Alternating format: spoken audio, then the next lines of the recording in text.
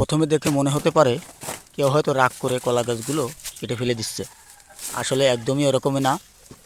গাছগুলো ছোট ছোট সাইডে ছোট ছোট গাছগুলো কেটে ফেলে দিচ্ছে এই কারণেই মাঝখানে যে বড় গাছটা আছে সেই গাছটা যাতে করে ফলন বেশি হয় বা গাছটা পুষ্ট থাকে, কলাটা পুষ্ট হয় আর কি। এ কারণেই পরিষ্কার করা হচ্ছে। আগাছা দমন পাশাপাশি যে নিচে যেগুলো দেখছেন 1 থেকে 2 ফুট উঁচু রাখা হয়েছে।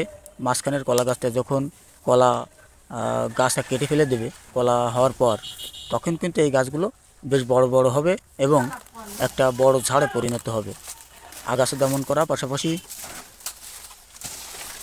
এর সাইডে যে গাছগুলো হয়েছে এই গাছগুলো যদি ওই বড় গাছের সঙ্গে বড় হয় তাহলে কিন্তু এই গাছটা পূর্ণ শক্তি পাবে না। এ কারণেই এই সাইডের যে ছোট ছোট গাছগুলো এগুলো কেটে ফেলে দেওয়া।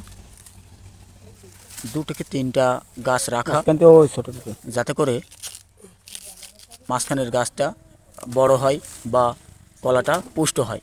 এ কারণে সাইডের ছোট ছোট গাছগুলো কেটে ফেলে দিচ্ছে। তো আপনারা যারা কলা বাণিজ্যিকভাবে চাষ করেন এভাবেই এই গাছগুলো পরিষ্কার করে এভাবেই চাষ করলে ফল অবশ্যই ভালো হবে। এভাবেই চেষ্টা করতে পারেন। আর এভাবেই যদি আগাছা পরিষ্কার করে সাইডের এই গাছগুলো ছোট ছোট গাছগুলো কেটে দিতে পারেন তাহলে কিন্তু ফল পুষ্ট হবে এবং বাণিজ্যিকভাবে লাভবান হবেন। যারা বাণিজ্যিকভাবে চাষ করেন তাদের জন্য অবশ্যই উপকার হবে। 2 থেকে 3 ফিট উঁচু যে গাছটা এই গাছটা কিন্তু মাঝখানের বড় গাছটা যখন কলা কাটার পরে গাছটা কিন্তু ফেলে দিতে হবে। তারপরে কিন্তু এই গাছগুলো আস্তে আস্তে বড় হবে এবং মোটা হবে।